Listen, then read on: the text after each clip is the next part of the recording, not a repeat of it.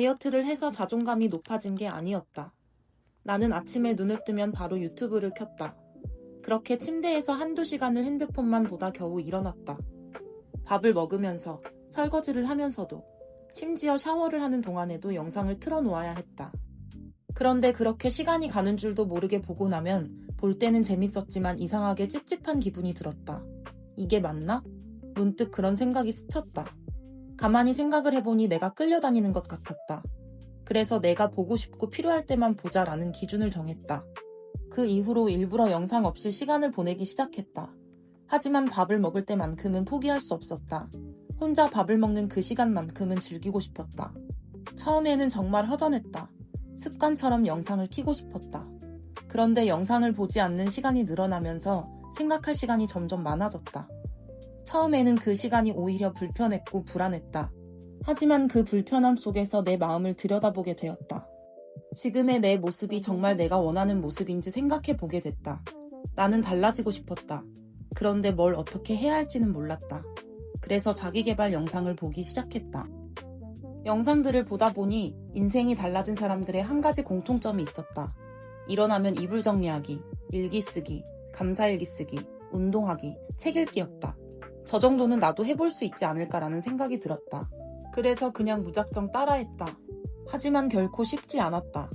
어떤 날은 일어나면 일기를 써야 한다는 생각에 몇 시간을 침대에서 일어나지 않은 적도 있다. 미루다가 늦은 밤이 돼서야 꾸역꾸역 마지못해 일기를 쓴 적도 있었다. 하지만 포기하지는 않았다. 밥을 먹고 디저트를 먹는 걸 몇 번만 반복해도 금방 습관이 되는 것 같았다. 그래서 내가 원하는 행동도 반복하면 습관이 될 거라고 믿었다. 어느 날 나는 회사에서 큰 실수를 한 적이 있었다. 이번이 처음은 아니었다. 다음날 잠에서 깼다. 커튼에 가려진 창밖의 밝은 아침 햇빛이 내가 마주해야 하는 현실처럼 두려웠다. 나는 커튼을 치고 일기장을 펼쳤다. 내 감정을 써 내려가기 시작했다.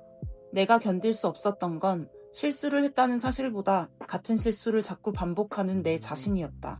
나는 계속 왜 이럴까?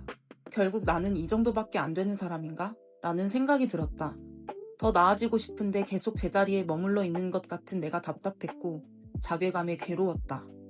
눈물이 났다. 예전처럼 어디론가 숨어버리고 싶었지만 나는 잘 살고 싶었다. 울고 나니 힘들어하는 내가 안쓰러웠고 안아주고 싶었다.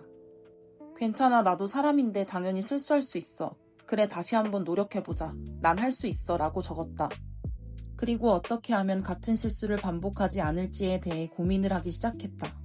택시 기사님한테 화가 났던 날, 친한 동생과 오랜만에 통화하고 기분이 좋았던 날, 모든 게 귀찮아서 손가락 하나 까딱하고 싶지 않았던 날, 특별할 것 없었던 날 모두 나는 매일 일기를 쓰고 감사일기를 쓴다. 운동은 매일은 못하지만 특히 생각이 많고 기분이 가라앉을 땐 웬만하면 하려고 한다. 그렇게 한 달이 지나고 6개월이 지나고 이제는 1년이 다 되어간다. 나는 살을 빼서 자존감이 높아진 줄 알았다. 그런데 아니었다. 하기 싫은 일도 포기하지 않고 계속 해내는 내가 점점 마음에 들기 시작했다. 내가 나 자신을 좋아하면서부터 더 건강해지고 싶었다. 살도 좀 더 빼서 예쁜 옷도 입혀주고 싶고 더 잘 가꿔주고 싶었다. 언제 한번 일기를 쓰다가 서러워서 펑펑 운 적이 있었다. 일기도 써야 하고 감사일기도 써야 하고 운동도 해야 했다. 하기 싫은 일들을 매일 반복하면서 나 자신과 약속을 지키는 것이 너무 힘들었다. 아무도 알아주지 않는데 나는 왜 이렇게까지 해야 하지? 도대체 언제까지 해야 하는 거지? 끝이 보이지도 않는 길의 결과도 모른 채 혼자 그냥 계속 해야 한다는 사실이 외롭고 막막했다.